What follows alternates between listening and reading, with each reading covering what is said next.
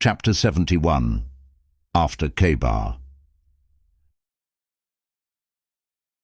The campaign of Khaybar was followed by 6 smaller expeditions. 2 of these, led by Umar and Abu Bakr, targeted hostile clans of the Hawazin tribe, whose territory obstructed the main approach to the Yemen. The remaining expeditions were directed east and north against clans of Ghatafan. 2 raids were launched against the Banu Murrah, whose territory bordered the oasis of Fadak, now under the Prophet's control. The Jews of Fadak had become tenants of the Prophet and required protection from Bedouin raiders. But Medina underestimated the enemy's strength. The first expedition, consisting of only 30 men, was almost entirely wiped out. The Prophet responded swiftly by dispatching a second force of 200 men.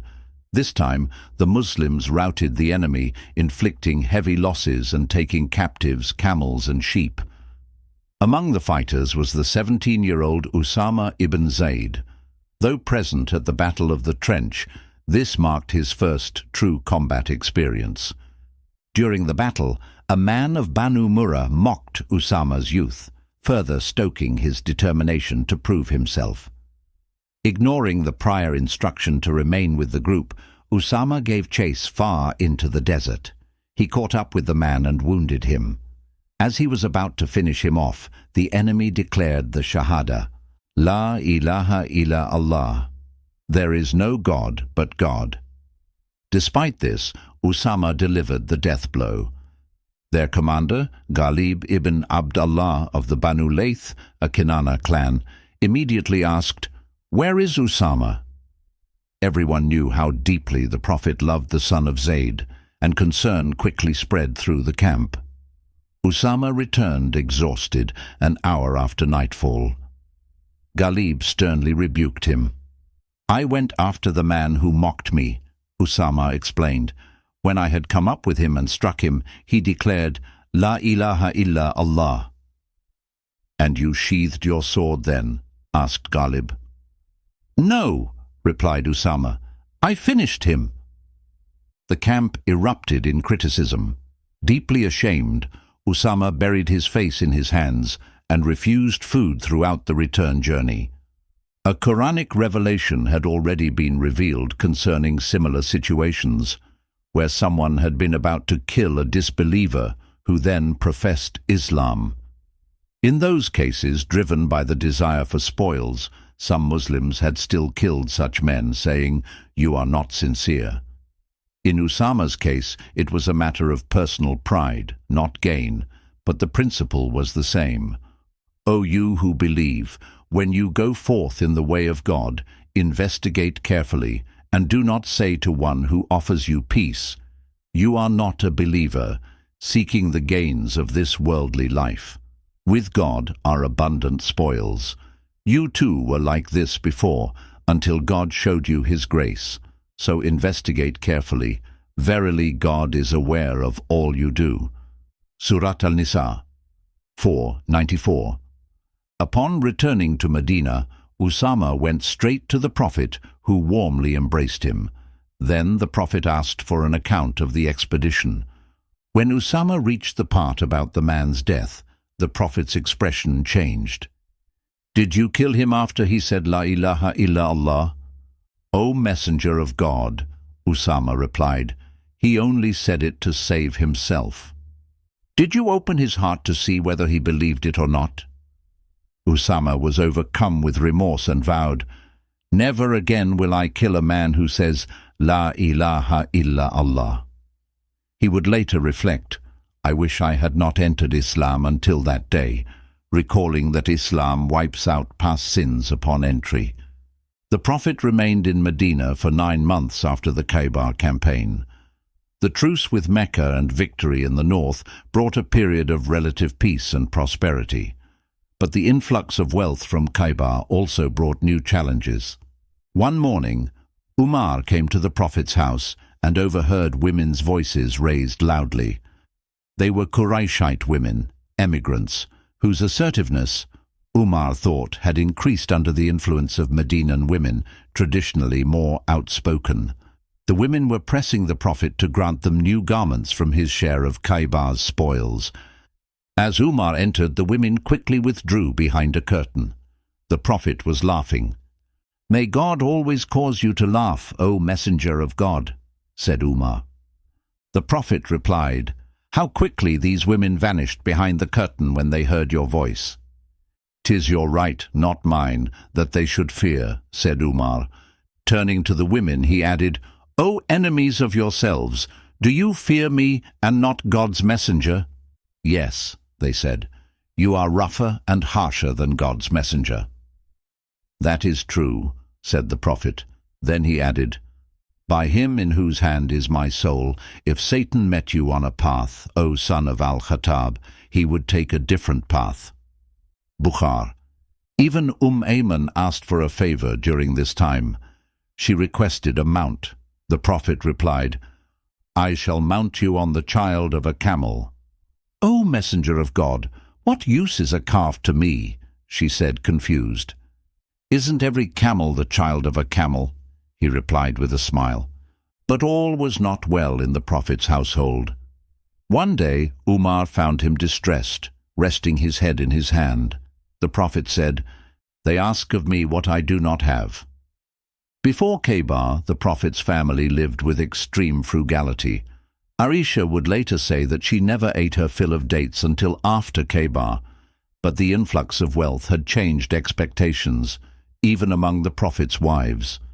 Equity required him to give equally to each, which strained resources and created tension. On one occasion, when Umar rebuked his wife, she answered back sharply. When he objected, she replied, "The wives of the Prophet answer him back, so why not I?" She even added that Hafsa, their daughter, spoke her mind to the Prophet freely. Alarmed, Umar went to Hafsa and confronted her. "You're neither as graceful as Aisha, nor as beautiful as Zainab. Are you not afraid that if you anger the Prophet, God might destroy you in his wrath?" Then he went to his cousin Salama, rebuking her similarly. She replied, "What business is it of yours to interfere between the messenger of God and his wives? Yes, we speak our minds, and if he forbids it, we obey him more readily than you." Shortly after, an unexpected event escalated tensions further. The Muqawqis, the ruler of Egypt, had sent a reply to the Prophet's letter inviting him to Islam.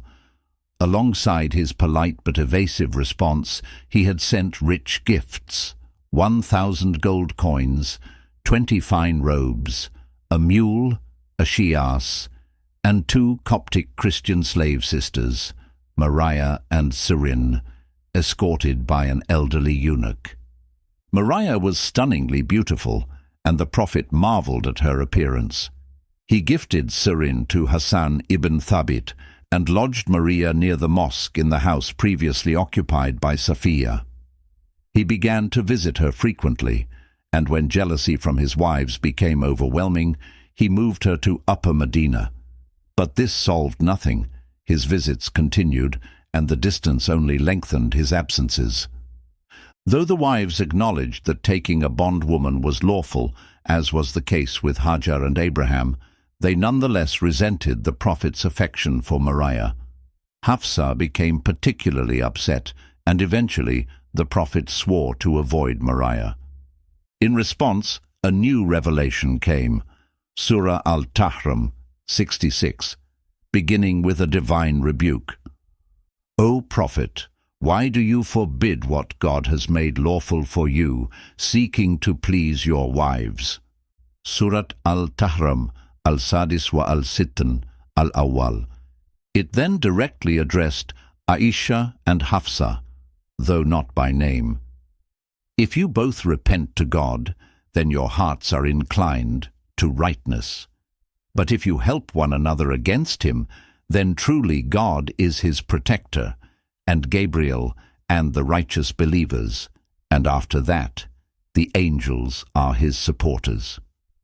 Surah 66:4.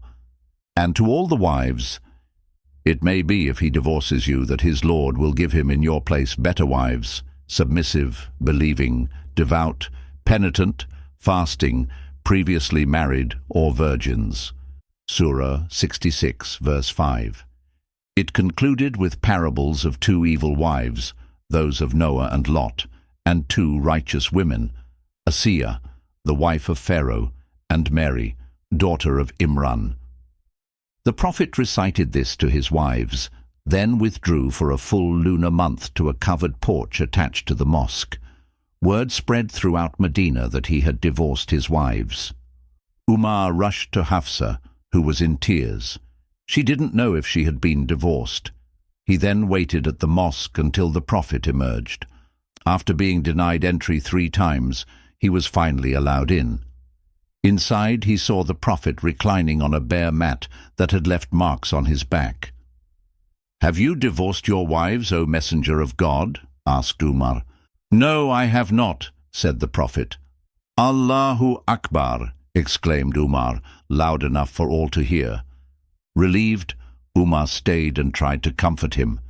The prophet told him, "They ask of me that which I do not have." Umar offered advice, even mentioning the luxuries of the Romans and Persians, but the prophet interrupted him. "Are you in doubt, O son of Al-Khattab? Their good things have been hastened for them in this worldly life." When the month passed, the prophet visited Aisha first. Surprised, she said, "But it's only 29 days." "This month had 29, he replied. Then he told her of a new revelation. "Say to your wives, if you desire the life of this world and its finery, come, I will compensate you and release you graciously. But if you desire God, His messenger, and the hereafter, then truly God has prepared a great reward for those of you who do good." Surah Al-Ahzab 33:28-29. She answered at once, "I choose God, His messenger, and the hereafter." Each of his wives responded the same.